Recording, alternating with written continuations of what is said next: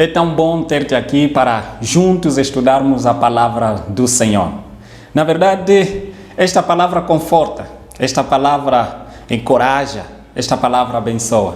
E é um prazer estudá-la, é um prazer reservarmos tempo para conhecermos a mente divina, para conhecermos os planos que Deus tem para cada um de nós. Então, muito obrigado porque você se disponibilizou e reservou tempo para estudar a palavra divina.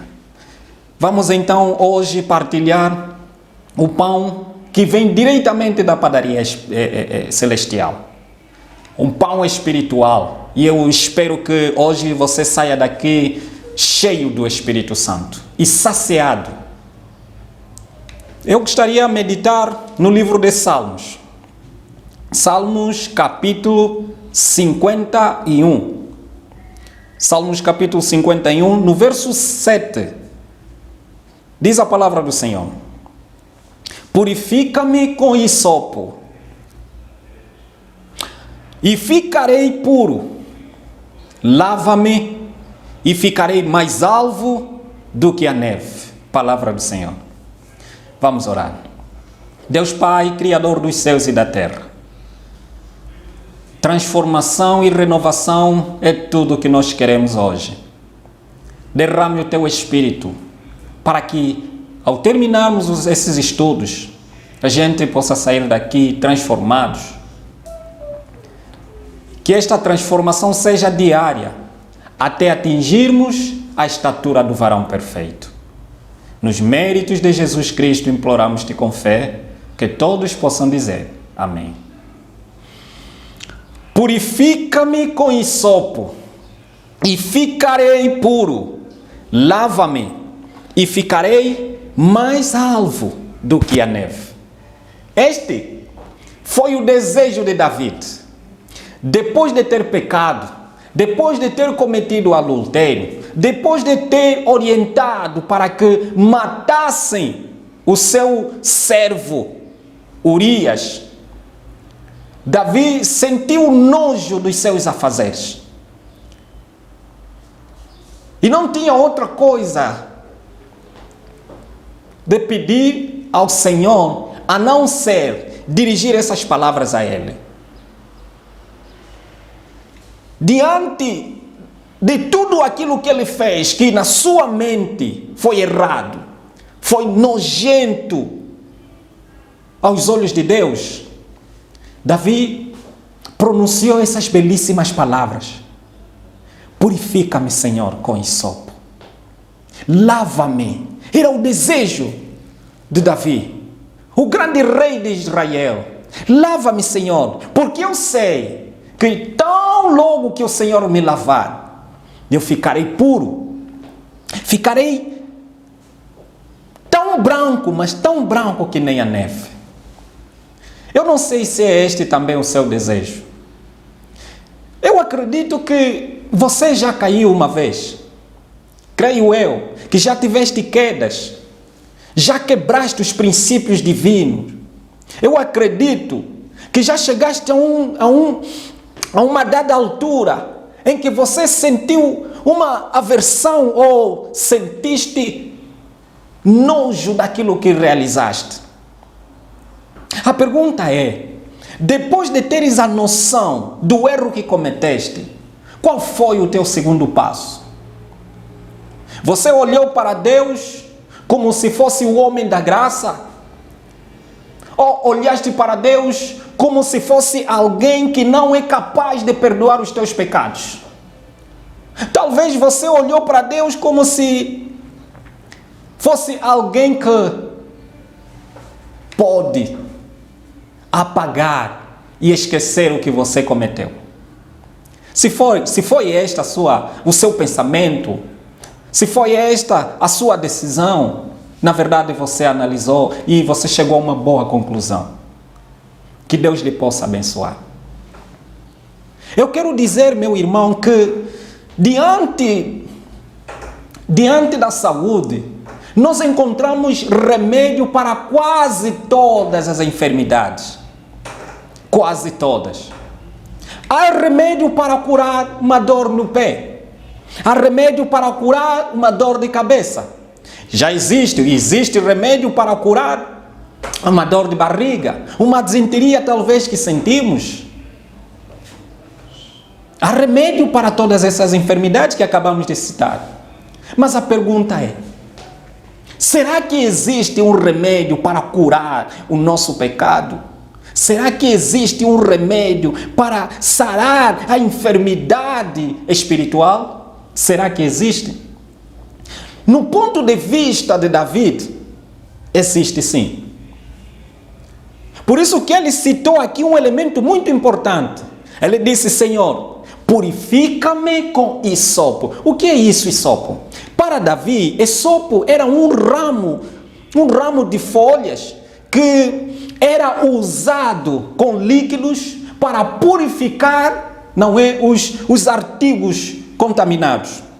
O povo de Israel, em particular os levitas, os homens especiais chamados para trabalharem no templo, eles que tinham o dever de purificar as coisas contaminadas, faziam o uso do hisopo, mas a água ou talvez o sangue. Depois de pegarem no hisopo, molhavam na água e aspergiam nos artigos contaminados, ou mesmo na pessoa contaminada. E daí surge Davi e diz assim: purifica-me com hisopo. Davi sabia muito bem que o hisopo, por si só, não tinha efeito. O hisopo tinha efeito na purificação quando era usado com a água, que era no passado símbolo do novo nascimento, e o sangue, que representava o sangue de Jesus Cristo. Eu acredito que você já pode ter a noção do grande remédio que sara a enfermidade espiritual. Mas antes, eu gostaria também de partilhar aqui alguns textos contigo. Vamos abrir o livro de Efésios, capítulo 1, verso 1 e 7. Efésios, capítulo 1, versículo 1 até 7. Efésios, capítulo 1, verso 1. Diz a palavra do Senhor: Paulo, apóstolo de Jesus Cristo, pela vontade de Deus, aos santos que estão em Éfeso e fiéis em Cristo Jesus. Saltando para o verso 7, diz a palavra do Senhor: em quem temos, em Cristo Jesus, em quem temos a redenção, pelo seu sangue, a remissão das ofensas, segundo as riquezas da sua graça. Paulo aqui está a mostrar que, na verdade, é o sangue de Jesus Cristo que cura o pecado. Amém? É o sangue de Jesus Cristo. Somente o sangue. Ainda no livro de Apocalipse, capítulo 1, no seu verso 5, o apóstolo João também tem uma informação. Será a informação contrária à de Paulo? Vamos ver. Apocalipse, capítulo 1, no seu verso 5, diz a palavra do Senhor: e da parte de Jesus Cristo, que é a fiel testemunha, o primogênito dos mortos e o príncipe dos reis da terra. E o príncipe dos reis da terra. Da parte de Jesus Cristo, que é a fiel testemunha, o primogênito dos mortos. Jesus Cristo é o único que pode salvar. Ainda no livro de 1 de Pedro, capítulo 1. 1 de Pedro, capítulo 1, verso 18, nós encontramos ali a resposta. Eu acredito que seja este o texto mais claro. Leia comigo, por favor. 1 de Pedro, capítulo 1, versos 18 a 19.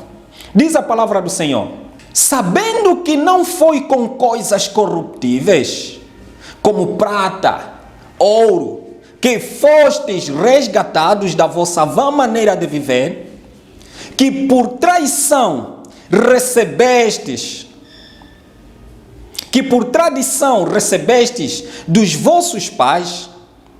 Verso 19. Mas com o precioso sangue de Cristo, como de ouro, como de um cordeiro, imaculado e contaminado, nós fomos resgatados, fomos salvos, por meio do sangue de Jesus Cristo. Sangue de Jesus Cristo. Irmão, querido amigo, o sangue de Jesus Cristo é o único líquido que acaba se tornando o remédio propício para a cura da enfermidade espiritual. Único.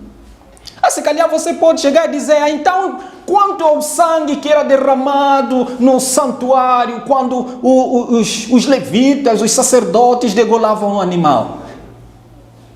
Não será que o sangue também do passado perdoava pecados? Vamos ler alguns textos para esclarecermos isso. Eu peço ao irmão a abrir Hebreus, capítulo 10, no seu verso 4. Diz a palavra do Senhor, Hebreus capítulo 10, verso 4. Porque é impossível que o sangue dos touros e dos bodes tire pecados. É impossível que o sangue dos bodes, dos touros, tire pecados. É impossível, diz o apóstolo Paulo. Os animais que eram degolados no passado eram símbolos de Jesus Cristo. Eles apontavam para Cristo. Em outras palavras, estavam a dizer que o único que pode tirar o seu pecado, o único que pode perdoar-nos de toda a imundícia que cometemos é Jesus Cristo. E mais ninguém. É Jesus Cristo. E eu quero dizer-te, meu irmão, e segundo Jeremias capítulo 2, Jeremias capítulo 2, no seu verso 22, diz a palavra do Senhor: ainda que te laves com salitre e com muito sabão, a mancha da tua iniquidade permanecerá gritando diante de mim. Você pode se calhar, amontoar sabão, salitres, como diz a Bíblia, banhar N vezes. O teu pecado continuará diante da presença de Deus. O pecado é mais profundo do que a pele. O pecado contamina não só o homem exterior, como também o homem interior. É uma praga. Mas em nome de Jesus Cristo, você pode ser purificado e perdoado. E quando o Senhor lhe derramar este perdão, você será uma nova criatura. Você será renovado em nome de Jesus Cristo. Meu amado, eu não vim aqui para apresentar um fármaco de uma medicina natural ou talvez de uma medicina convencional. Não. Eu não vim aqui para lhe apresentar o tio 3D ou o Papá Chico para perdoar os teus pecados. Não. Porque homem algum tem poder de remover pecado a um outro ser. Eu não vim aqui para apresentar uma fórmula ou detergentes capazes de purificar de toda a mácula que tens. Não. Eu trouxe Jesus Cristo.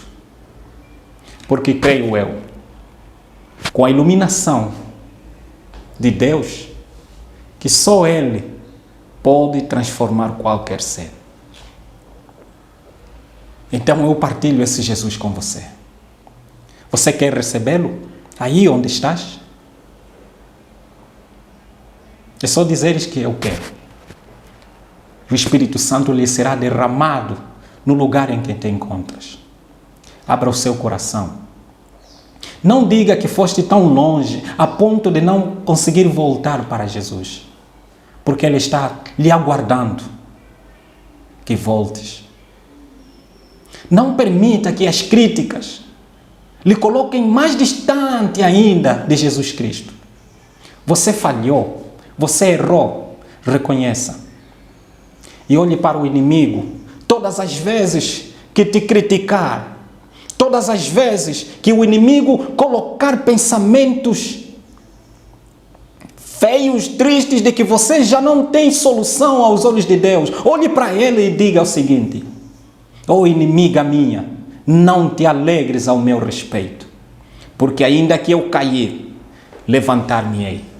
E se morar nas trevas, o Senhor será a minha luz. O Senhor pode te tirar das trevas para a sua bendita luz. Ele pode, se tão somente você recebê-lo, se tão somente você decidir entregar a sua vida a Ele e te dedicares totalmente para Ele. Que Deus te possa abençoar. Que o Senhor faça de você uma fonte de bênção a partir de hoje. Que o Senhor possa caminhar todos os dias com você. E que Ele seja o teu único Salvador. Passe bem e desejo bênçãos mais uma vez. Amém?